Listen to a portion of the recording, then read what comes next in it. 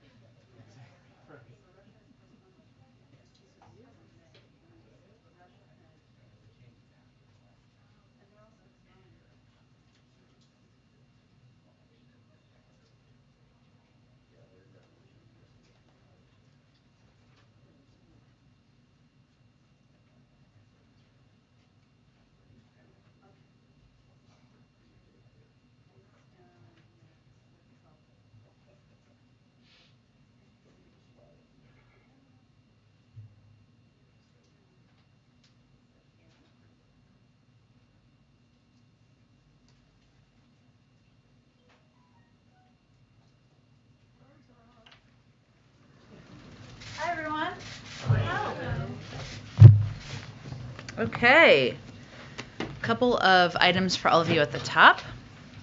As the country recovers from this once-in-a-century pandemic and economic crisis, the private businesses that make up our supply chains and get goods to businesses and the American people have struggled to keep up. We've talked about this a fair amount in this briefing room.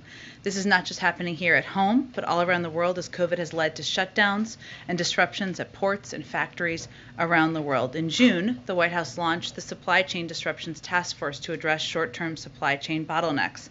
And after working closely with the leaders and companies at that port on potential solutions, we announced a new port envoy to the task force in August. Solving this issue is going to require cooperation between the private sector, including rail and trucking, ports, and labor unions. And so tomorrow, the president will be meeting with the leadership of the Port of Los Angeles, the Port of Long Beach, and the International Longshore and Warehouse Union to discuss the challenges at ports across the country and actions each partner can take to address these delays.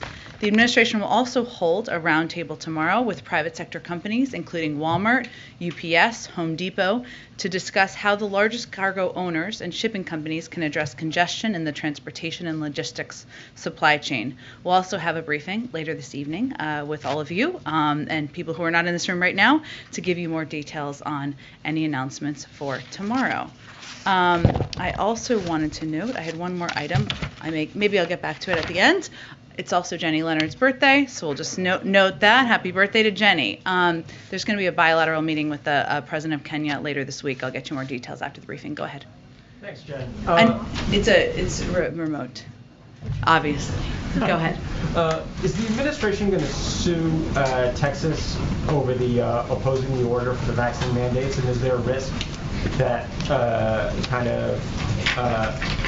the OSHA efforts essentially get tied up in litigation rather than having the immediate effect? Well, Josh, these requirements are promulgated by federal law. So when the president announced his vaccine mandates for businesses, that, of course, we're waiting on OSHA regulations for as a next step. that was pursuant to federal law and the implementation of federal law because it's an executive order. So our intention is to implement and continue to work to implement these requirements across the country, including in the states where there are attempts to oppose them. I will say, since you gave me the opportunity, Governor Abbott's executive order banning mandates, and I would also note announcement by Governor DeSantis this morning essentially banning the implementation of mandates, fit a familiar pattern that we've seen of putting politics ahead of public health. Over 700,000 American lives have been lost due to COVID-19, including more than 56,000 in Florida and over 68,000 in Texas. And every leader should be focused on supporting efforts to save lives and end the pandemic. Why would you be taking steps that prevent the saving of lives, that make it more difficult to save lives across the country or in any state? And I would also note that vaccine requirements have been standard in both the Lone Star State, Texas, in case you're not familiar, and the Sunshine State, Florida, in schools for decades, whether polio, measles, mumps, rubella, the chickenpox. There are vaccine requirements that have been implemented for decades in these states. So these decisions put these two leaders out of step with both long-time requirements, a history of vaccine mandates, but also many business leaders in their states and many businesses that are based in their states, including Disney and American Airlines. These leaders are taking steps to help boost vaccination rates, reduce deaths, reduce hospitalizations, and expand the country's labor pool. So bottom line is we're going to continue to implement the law, which the President of the United States has the ability, the authority, the legal authority to do. And we are going to continue to work to get more people vaccinated, to get out of this pandemic. The President will use every lever at his disposal to do that. And then secondly, the JOLTS report today indicated that nearly 3% of U.S. workers quit their jobs in August. That's 4.3 million people. Does the administration believe that people quitting is a positive because those people will get new jobs to pay more, or a negative because of the gravity of the Delta variant? Well, I would say that there are different circumstances, as you know, Josh, that for different people's lives. And there are certainly what we've seen through the pandemic on the positive note is that people have decided they have more choices that they can make. They have taken the period of the pandemic to maybe seek different forms of employment, different formats of that employment. Maybe some of it's remote working, maybe it's all remote working, maybe they're changing industries and career paths. And some of that, some of the numbers of people leaving their jobs is attributed to that. There are also conditions, so I can't give you the exact breakdown. I guess I'm just conveying that our economists feel that all are true. There are some conditions where women have left the workforce because of childcare needs, of the ones they can't afford. They don't have the ability to pay, and because of fears of going into companies or industries or jobs where they fear that there are not the conditions to be safe. So it depends, really, Josh. I think it's some are positive conditions and some are more because there haven't been steps put in place everywhere in every industry that can make people feel safe. Go ahead. First, on the G20 call that the president had this morning regarding Afghanistan, the UN said on Monday that millions of dollars of aid are needed to stave off a humanitarian crisis there. So the EU responded by making a new commitment on that front. Did the president make any new commitments as far as what humanitarian assistance? Well, we recently announced nearly $64 million in additional humanitarian assistance in advance of today, I should say, for the people of Afghanistan. The United States is the single largest humanitarian donor in Afghanistan, providing nearly $330 million this year alone, and we will continue to take steps to alleviate the suffering of the Afghan people and call on other donors to step up their contributions to help deliver critical assistance. So the recent $64 million brought us up to $333 and makes us far and away the largest donor. Okay, and any change to the policy about not unfreezing the central bank assets that would be available in Afghanistan? There hasn't been any change to that policy, no. Okay. And then one other thing, I was wondering if you had an update on Vienna talks and kind of where that stands. I know that there's conversations today with the Israeli government. Do you see that restarting soon, and where is that now? Well, we of course keep our partners abreast of our efforts to pursue a diplomatic path forward as it relates to the P5+1 talks with Iran. So certainly it was a topic of discussion. I don't have a full readout quite yet as it was happening earlier today, but in terms of where things stand, that continues to be our preferred path, our preferred choice. We believe diplomacy should always be the first option, and I think you may have all seen Secretary of State convey this weekend that time is not unlimited, and that remains the case, but we continue to pursue those negotiations. Our team remains prepared to return for another round of discussions, but I don't have an update on when those might occur. Go ahead. In the president's view, where do the talks on the reconciliation package stand right now? Well, as I think you heard Speaker Pelosi convey this morning as well, I mean, the president's view is that we're continuing to make progress. We're having important discussions about what a package that is smaller than $3.5 trillion would look like. Those conversations have to happen with a range of members. Those are happening both at a senior staff level and also with the president over the course of the last several days and weeks. Those will continue. Obviously, we want to get to a point, we are at a point, I should say, where there are choices that need to be made. That's the point we're at now, given there will be fewer dollars that will be spent. But a lot of those conversations are happening behind the scenes at the staff level. And in his view, do Senator Manchin and Senator Sinema need to make a counteroffer of what they want this to look like? It's more of an ongoing conversation than it is a passing back of dramatic paper every couple of days. So there's an ongoing discussion with Senator Sinema, Senator Manchin. There's an ongoing discussion with a range of members of Congress, range of Democrats, I should say, about what this looks like. And again, as Speaker Pelosi alluded to this morning or said this morning, this is really the point where decisions need to be made, choices need to be made. The president's preference is the same as the speaker's preference. He proposed a $3.5 trillion package. He proposed a broad range of initiatives that will lower costs for the American people, whether it's child care, elder care, college, invest in the climate. And no matter how you cut it, though, his view is we can still do something historic, and that will fundamentally change the economy for the American people. And there are several challenges facing the White House right now, not just getting Democrats united on the president's domestic agenda, but also skyrocketing gas prices, a bad jobs report last week. You've seen several issues, and including the president's poll numbers seem to be reflecting that. So how is he viewing all of these challenges that are facing the White House right now? Well, he has an incredible team that's working on all of these issues at one time. And his view is his responsibilities to continue to forge ahead every day and to work to address the challenges the American people are facing. You didn't mention COVID, but that continues to be on front and center on the minds of the American people. People want to return back to a version of normal.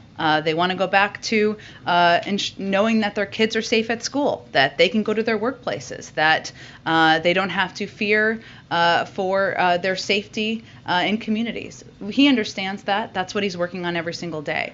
I would say that he also recognizes that right now, getting something done for the American people, working with members of Congress to do exactly that, to forge a path forward, to unite the Democratic Party, is what people have elected him to do, to address the challenges we're facing over the long term. So I promise you, we don't get too glum around here, even if things look challenging. Our view and his view is that he was elected to continue to press forward and address the challenges the American people are facing.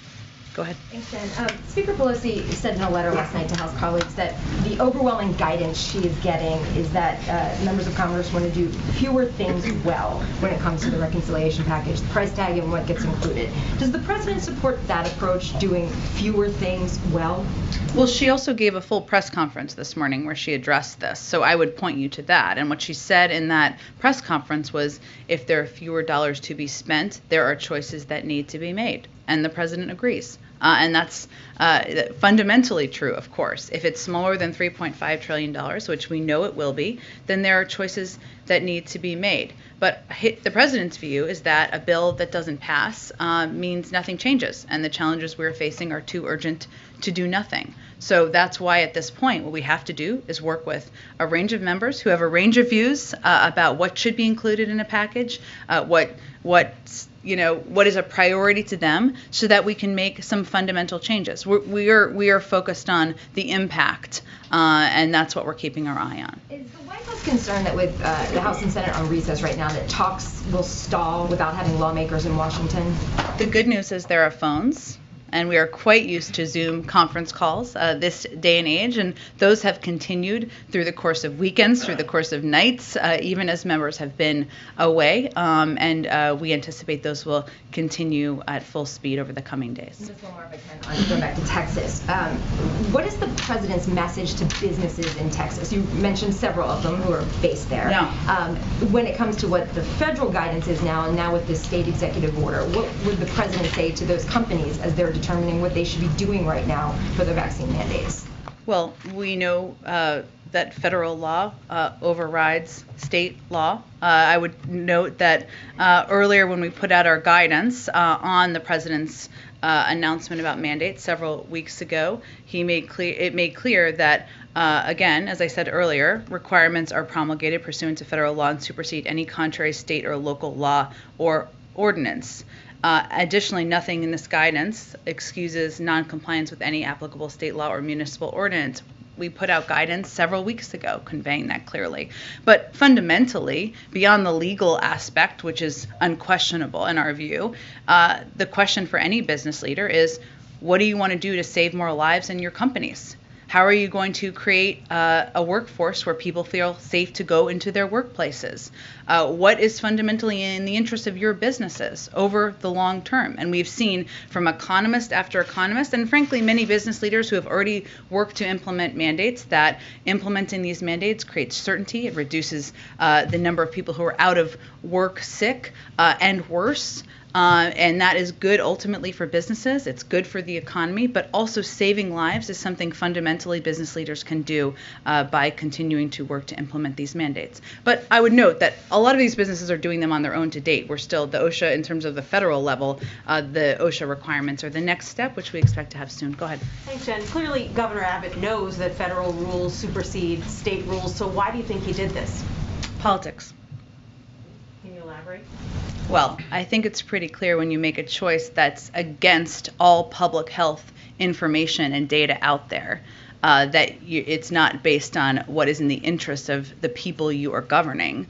It's perhaps in the interest of your own politics. And then I know you said that there's going to be a background briefing later, but is there anything you can tell us about the stakeholders that the president is meeting with tomorrow and what the administration can do, is doing about some of these supply bottlenecks? Sure. Well, we're taking a number of steps, which I'm happy to outline, but let me focus on the ports, because that's clearly what a focus will be tomorrow.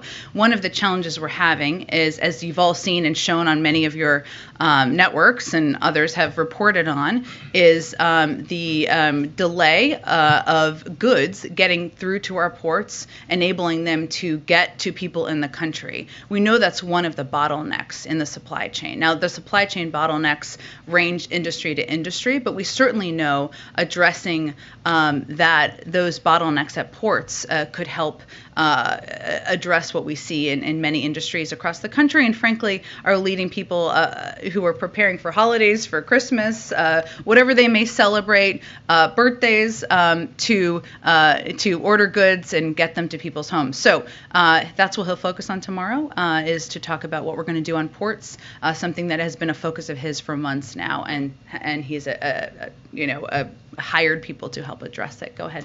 Thanks, Jen. I want to follow up on an earlier question. You referenced Speaker Pelosi's press conference this morning. Yeah. It seemed like she somewhat backtracked from her message yesterday about what, sort of path Democrats would need to take if there are fewer dollars. It seemed like she was indicating that fewer programs done well would be the preference, but then this morning said that the first thing to go would be the timeline. So has the president given any sort of a push in either direction on this?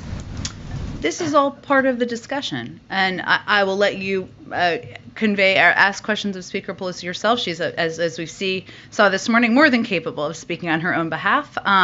But what she was conveying is that while it was her preference, the president's preference to have the initial package proposed, what our focus now is on is building a real, tangible package that can become law and is going to make a transformational difference in people's lives. So I understand, and we all know why we're talking here about the size and the cuts, et cetera. But a cut, it's not a cut just because someone once proposed something bigger on paper. It's not a bill or a policy that's going to change lives if nothing is passed. And that's what we're working through. There's a lot of ways to do that, and that's the discussion she's having with her caucus, and the president is, of course, playing a prominent role in. So the president doesn't prefer then one avenue or the other? The president wants to make fundamental change in our economy, and he feels coming out of the pandemic is exactly the time to do that. And if we don't do it now, if we don't address the cost of childcare, to go back to Josh's question earlier, if we don't address the climate crisis, if we don't ensure that universal pre-K is a reality now, we're not going to have the same opportunity to do it for some time. And I want to get to the supply chain issues. Mm-hmm. Is there any consideration of potentially lifting Trump-era tariffs to give some sort of an immediate relief to this problem? I know that the task force has been talking about long-term solutions, but that's something that some trade representatives and business leaders have suggested could have a real impact right now. Well, the task force has actually been talking about a range of steps that need to be taken. And I think, as you saw by our announcement or our Ambassador Tai's speech last week, we are open to considering policies or continuing some policies if they are in the interests of the American people and the interests of our economy. But ultimately, what we're seeing is that, and what he'll be talking about tomorrow, is that the ports and the ability to move goods through ports is certainly one of the big bottlenecks. That's what he'll be addressing. Now, there are other issues in the supply chain, including manufacturing and international manufacturing hubs, where the issue there is the number of people who aren't showing up for work or factories that are shut down because of COVID. We are still the world's largest supplier of vaccines, know-how, manufacturing capacity to help address that. We've seen different types of supply chain issues as it relates to lumber, as it relates to chips. There are different solutions for different industries, and we're working to address all of them at the same time. There are some people who say that the president should be pressuring unions to loosen work restrictions that are keeping, for instance, truck drivers limited on their hours behind the wheel, or these ports operating at a less than full capacity. What's the White House answer to that? I would say we have taken steps at times, when warranted, to loosen restrictions, as you saw in reaction to some natural disasters we've had over the course of the year. Ultimately, the president's focus is addressing the needs, the challenges, and the threats to the American people to their well-being, to their economic well-being, and he'll consider a range of options. But again, the Supply Chain Task Force has been working for months to address these issues. One last one. What's his answer? What's the White House response to people who say vaccine mandates have reduced the workforce and contributed to this problem? Well, I know world-renowned business, travel, and health expert Senator Ted Cruz has made that point, but I wouldn't say that is widely acknowledged or echoed by business leaders who have implemented these mandates, by health experts who have conveyed the way to get out of the pandemic is to ensure that we are doing exactly the steps the president has announced and we are working to implement. It doesn't mean this isn't hard and challenging. Of course it is. We're in the middle of a global pandemic. But ultimately, the job of the President of the United States is to lead, is to follow the advice of health experts, is to ensure that he is protecting the lives of people across the country. So I know there was a little hubbub over the course of the last few days about Southwest Airlines. We now know that some of those claims were absolutely false, and actually the issues were completely unrelated to vaccine mandates. But again, what we've seen business to business across the country is this is the way to save lives, create more certainty. It's good for the economy, and it's something we're looking forward to implementing. Given how important the vaccine mandate policy is for the administration, why is it taking so long to get that rulemaking in place? And it seems like a fairly discrete set of issues that, and I know there's an interagency process, but hasn't there been a vacuum left that gets filled by actions by governors or by dissent among union workers or whatever, by not having the clarity of that rulemaking that we were told was coming weeks ago? Well, I think at the time, just last month, we said it was coming in weeks.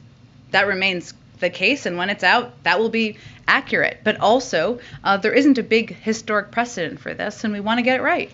And the team at OSHA, the team at the Department of Labor, wants to get it right, wants to be able to create some clarity for businesses around the country. I would say that requiring and mandating for businesses of 100 people or over vaccines is not a small task. That is a big, bold proposal, idea, and something that we want to implement with as much clarity as we can. We know there will be questions even after these rules are put out. We understand that, but that's why we wanted to take a little bit of time, not too much time, to get it done. Can you describe what's happening behind the scenes? Are there a group of people who are, this is the only thing they're working on each day, or where does this fall in the priorities getting those answers?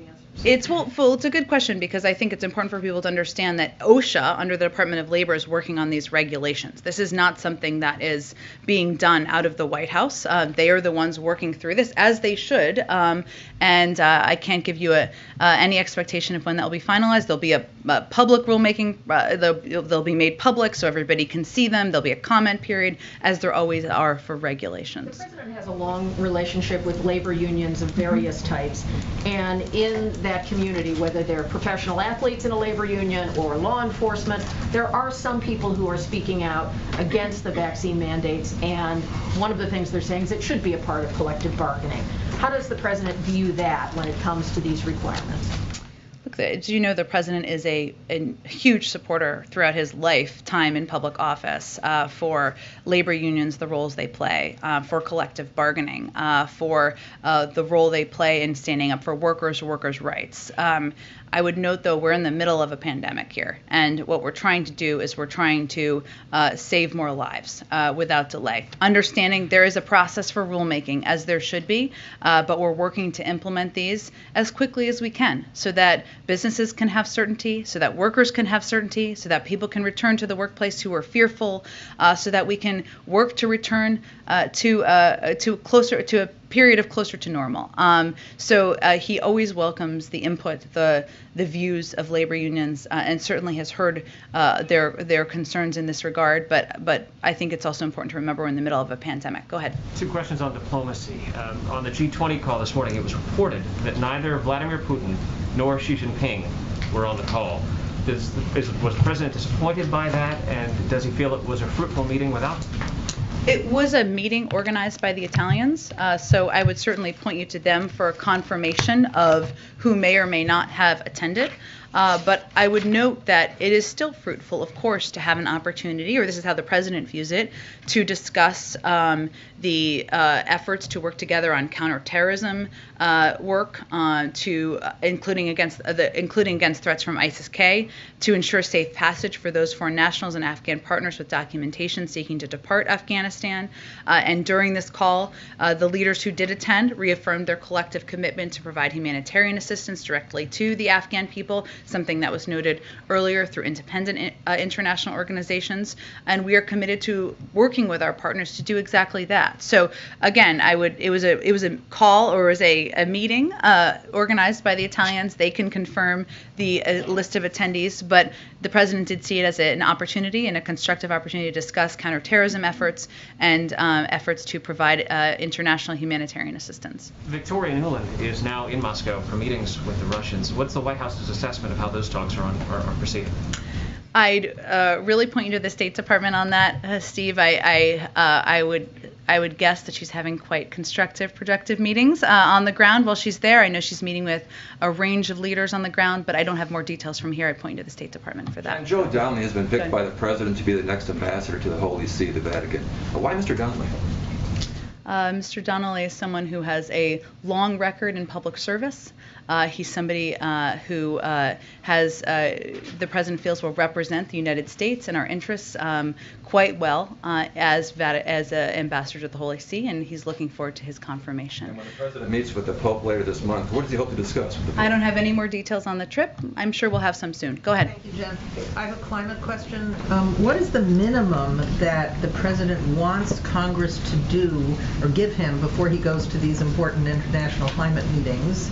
And if they can't pass Build Back Better by the time he has to go, does going to these meetings empty-handed undermine U.S. leadership on climate? Well, I would say first, I don't have a new deadline to convey from here. What is clear, but what you're asking about, I think, is how the international community will react to what's happening domestically, just to kind of break down the question. What I think is very clear to the international community, and they can all speak for themselves too, is that President Biden came into office absolutely committed to regaining America's seat at the table in international diplomacy, including in climate. One of the first steps he took was to rejoin the Paris Climate Agreement. He has taken steps that he could take of his own accord here, working with car companies and auto manufacturers to ensure we are reducing greenhouse gas emissions even without congressional action. And he has proposed a bold, ambitious climate agenda here in the United States that he's working to move through Congress. So his commitment to these issues, his dedication to taking action here domestically so that the United States can be a leader internationally should be unquestionable on the international stage, and I think that's the message he'll convey, regardless of where the package stands. Even if he doesn't get it, Jen. We intend to get it, but I'm not going to set a new timeline. Go ahead. Sure. The White House announced that Joe Biden's headed to Virginia to campaign for Terry McAuliffe. Can you give a sense of what Joe Biden will be doing over the next couple of weeks in Virginia or to campaign for McAuliffe? Has he been asked to come? I don't have any updates on travel. I would expect we will have more to convey soon about his plans to support the election of former Governor McAuliffe. And one more just on the G20 this morning. I wonder if there was any sense of frustration on the part of our allies or a sense that the U.S. has an obligation to do more because of our withdrawal from Afghanistan. Can you give any more on that? More than being far and away the largest provider of humanitarian assistance? No, I'm asking you. I would point you to our allies. I haven't heard them have that complaint. Go ahead. Thanks, Jen. As the price tag comes down on the reconciliation package, are there certain pay-fors that you are also becoming more amenable to negotiating on then? For instance, staying at the corporate tax rate now, for instance? Are there policies like that you all are coming down on? Or? Well, I would say that because the package will not be $3.5 trillion, as you all know, it will be smaller, as everyone has acknowledged. You won't need the same number of paid-fors, obviously. It doesn't require a mathematician. I think that's why you're asking the question. But in terms of what those look like, there have been a range of proposals the President has conveyed he supports as it relates to pay-fors. Ultimately, he wants to make the tax system more fair, raising the corporate rate, asking the highest income Americans to pay more is certainly part of what he has proposed, but that's all part of the discussion as we speak. Earlier you just said that if you all don't act on some of this social spending, you're not going to have the opportunity to do it for some time. Was that a speculation on the midterms, or what did you mean by that?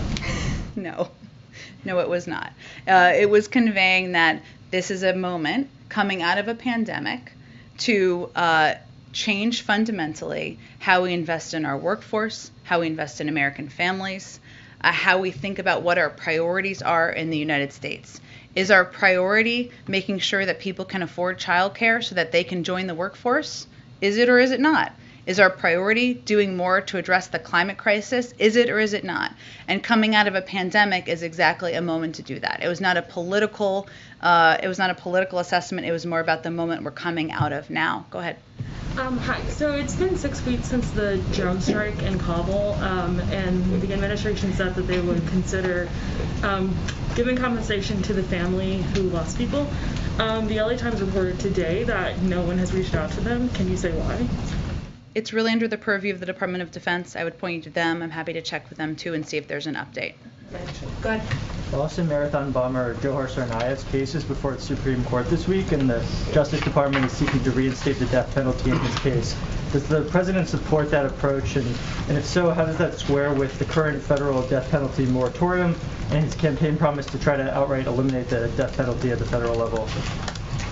I don't have anything more on this case. I'm happy to talk to the president and see if there's more we can convey. I'd really point you to the Department of Justice. Go ahead.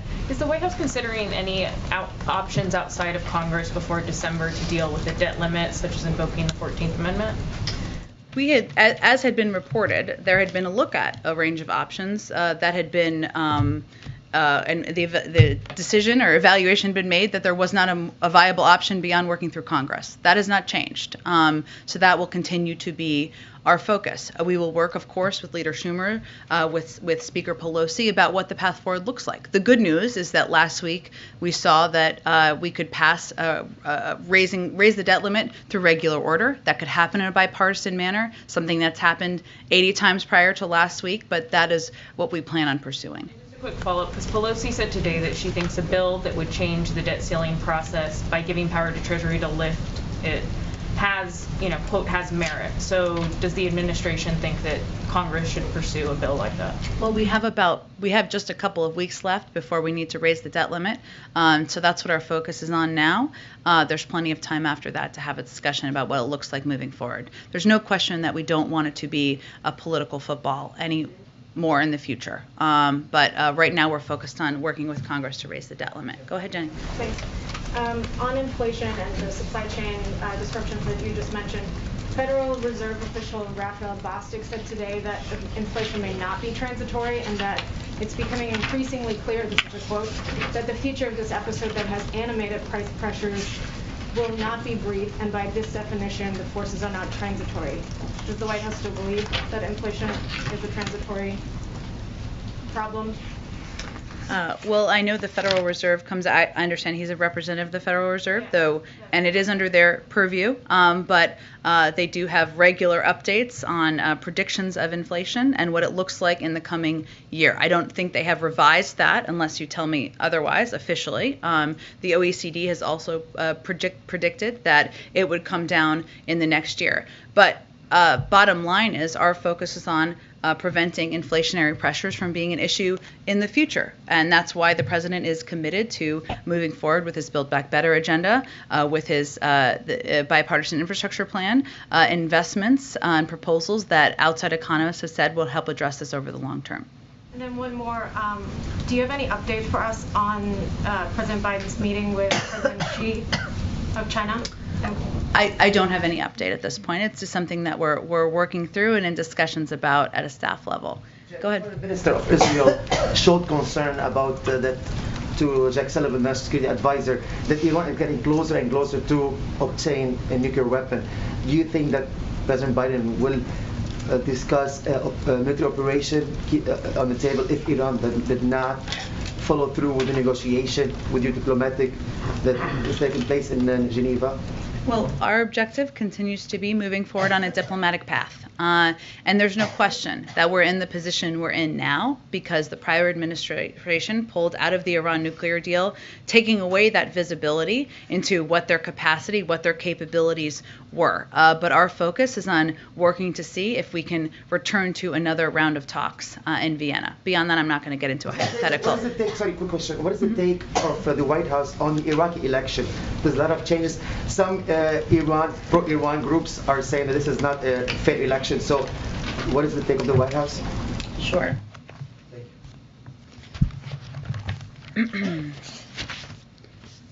So we congratulate the Iraqi government on having fulfilled its promise to hold earlier elections. We are pleased that the election days were largely conducted peacefully. We've seen the preliminary results announced by the Iraqi Independent High Electoral Commission yesterday and are waiting for the final certified results. These elections included hundreds of international monitors and observers from the UN and EU, in addition to thousands of domestic observers. We look forward to reviewing their reports. Once the final results are certified, we hope that the new Council of Representative members will form a government that reflects the will of the Iraqi people and which can work to address Iraq's governance, security, and economic challenges. Go ahead. Hi, Jen. Can you confirm that U.S. personnel in Colombia have reported anomalous health incidents that's being investigated as Havana syndrome? We don't confirm individual reports. What we do is take every report that comes through our interagency quite seriously. As we've talked about in here prior, this administration has made addressing Havana syndrome or anomalous health incidents, whatever you want to call them, we have refocused the efforts on it after they had not been focused on for some time. That includes ensuring that the president signed a law last week ensuring that that assistance, medical assistance, funding for medical assistance was provided to anyone who needed it, that we have a process within key agencies to ensure we're addressing it and making sure people get the assistance they need. But we are still in the attribution phase. That is still being considered, and we don't confirm individual incidents. Follow up on Texas, unrelated issue. Sure. You talked about continuing on with implementation. Should we expect the administration to make legal filings in Texas challenging Governor Abbott's order as the administration moves forward with implementation of the OSHA rule and of the mandate for federal employees? Well, the next step is the regulations coming from OSHA. In terms of legal action, I'd point you to the Department of Justice. I don't have anything to predict on that front. Thank you, Jen. It's been a bit, so I hope to ask you quickly about 3 different subject areas, if that's all right. The first subject area is we at the New York Post reported on Friday that the first son had sold 5 prints of his artworks for $75,000 each, and that a team of lawyers is reviewing the prospective buyers who are going to be allowed into an upcoming New York show. That seems to suggest a departure from the White House brokered agreement where the purchasers would be anonymous. I was hoping you could say if the White House knows who purchased the 5 prints and whether there is indeed a departure to the arrangement that there would be an anonymity here. I know this is your favorite topic, but it still is the purview of the gallerist. We still do not know and will not know who purchases any paintings, and the president remains proud of his son. White House. Did you have another question on something else? Otherwise, we're going to move on to some other topics. Lots going on in the world. Yes. So about Build Back Better and tax policy, I'd like to ask you about proposed tax increases and proposed tighter tax enforcement. President Biden often describes raising taxes on higher incomes as a matter of fairness and enforcing current tax policy as a matter of people paying their fair share. But Republicans in Congress, led by Representative Jim Banks, are pointing to a recent Congressional Research Service report, which they say underscores that President Biden allegedly owes $500,000 in Medicare taxes that he didn't pay by allegedly improperly categorizing $13 million in income routed through S corporations in 2017 to 2018. Tax law expert Robert Willens, who teaches at Columbia University, said, quote, in my view, the case can easily be made, end quote, by the IRS that President Biden owes back taxes under current law. So as he campaigns for... This is a very long question. I think I know where you're getting at. This has been debunked, as you probably know. Also, he's released many, many years of his tax returns, so people can check them out. Okay, go ahead, George. Go ahead. Go ahead. I think we're going to move on to some more topics. Go ahead, George. I wanted to follow on your answer about the challenges, specifically the calendar. There are 50 days between now and December 3rd. I was like, is there a calendar up here? Okay. I was surprised. I was like thrilled to hear it, but go ahead. There are 50 days between now and December 3rd. You lose a week to foreign travel. Yeah. You lose a week to Thanksgiving. That's not a lot of time for funding government, raising the debt limit in your 2 bills. Can you talk for a second about the time pressure and the calendar challenge of getting this done? Sure. Well, George, I think it's going to be quite a busy week after Thanksgiving. So everybody get ready, get your rest during that period of time. Look, I think Congress can get things done quickly and rapidly. Often they do it under time pressure. We certainly understand that. You are right that time is not unlimited, and we want to move not just, of course, keeping the government open and funding the government as we should, but also raising the debt limit and also getting the president's agenda moved forward and across the finish line. And so that is going to require a lot between now and the end of the year. We recognize the challenge of timing. That's why there's so much work happening behind the scenes. Even when Congress isn't in session, there's calls, there's video conferences, and we're constantly working here to move all of these parts of the agenda forward. There are some things that could happen quickly. Congress could just vote to raise the debt limit, an up or down vote. just be really quick. That's possible. Same on funding the government. All of that can happen. And then we can move forward on key components of the president's agenda that will fundamentally change the economy and make the lives of so many people in this country better. Yamiche, go ahead. Hi, thanks, Jen. First question is, what role does President Biden see for himself in helping Democrats figure out what to take out of the bill? If I understand that you don't want to say whether or not he agrees with Nancy Pelosi, House Speaker Nancy Pelosi, saying fewer things should be done well, but I wonder, what does he want? Is he actively giving people, here's what I want to see in this bill? Does he see that as his role? Well, he sees his role as doing what the American people sent him to the White House to do, which is to find common ground so that we can move forward with an agenda that the American people demand we pass. And, his view is also that building a real tangible package is what our focus is on right now. It is not about dismantling a hypothetical package. It is about how we build the best package based on the ideas he's proposed that can fundamentally change people's lives and make them better. So he's going to be, of course, actively involved in the discussions, as has been at every point in this discussion. But again, his view is that an alternative to a deal isn't a hypothetical bigger plan. It's nothing. And we can't afford to do nothing. So what he's trying to do is move everybody forward toward a unified path so that we can make some big changes for the American people. So, it is inappropriate then to say I want climate change and child care definitely and other things might need to be cut in the way that House Speaker Nancy Pelosi essentially said today? Or does he think that it has to be the lawmakers that decide what comes out of this bill? Well, that's not what I heard her say today. But again, she can, of course, more than capable of speaking for herself. But what I heard her say today is that a bill that doesn't pass means nothing. It's nothing. So what you need to do, if you want to get all those things done, make a historic investment in climate change. If you want to address some fundamental inequalities in this country, if you want to cut costs for the American people, you need to find common ground. It doesn't mean you're going to get everything you want. The president knows that. Speaker knows that. That can be, you can have a moment of disappointment on that as well. But ultimately, his role is to work to bring people together, to find a unified path forward so that we can get something historic done.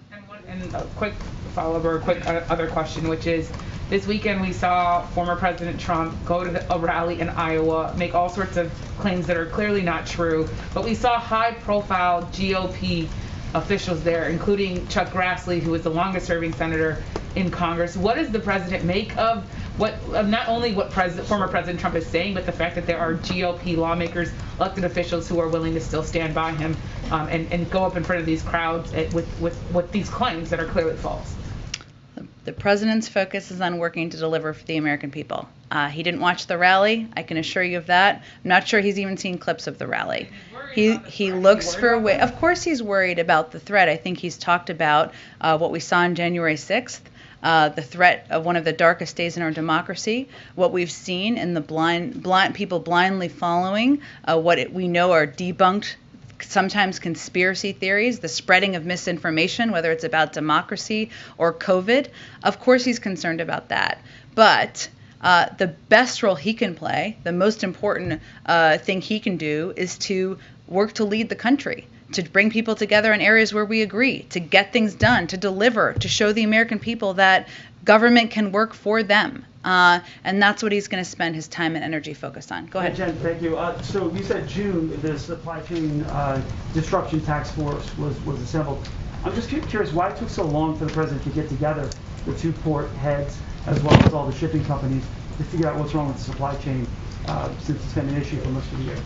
Well, I would say that the president has, the supply chain task force has been working around the clock for months and months now to address a range of different issues that we see in the supply chain. And as you know, because you cover this pretty closely, there are issues at the ports and addressing the bottlenecks at the ports. Those have been on the rise recently, but it's something that he's been working on and his team has been working on. There are also a range of different issues in the supply chain. It's not just domestically, it's globally as well. It's one of the reasons we've been, of course, it's morally right right too, but such a huge contributor to the global effort to get the pandemic under control, to ensure we're making sure manufacturing facilities are staying open. It's why he's pressed so hard for the CHIPS legislation to ensure that the semiconductor shortage is something that doesn't halt production for the auto industry. So it's not just one issue in the supply chain, as you well know. It's multiple issues. That's why the team has been working for several months to address it. And tomorrow's another opportunity. We've done several supply chain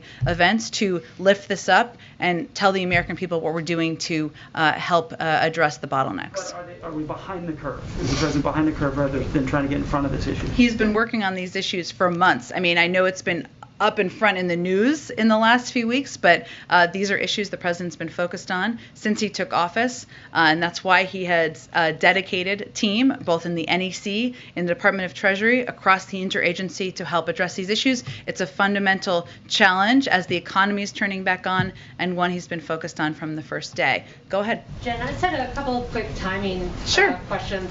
On the FDA commissioner, I know we keep asking you about this. Yeah. One, do you have any update, and can you address concerns about morale and stability at the agency since this is taking so long to get a nominee?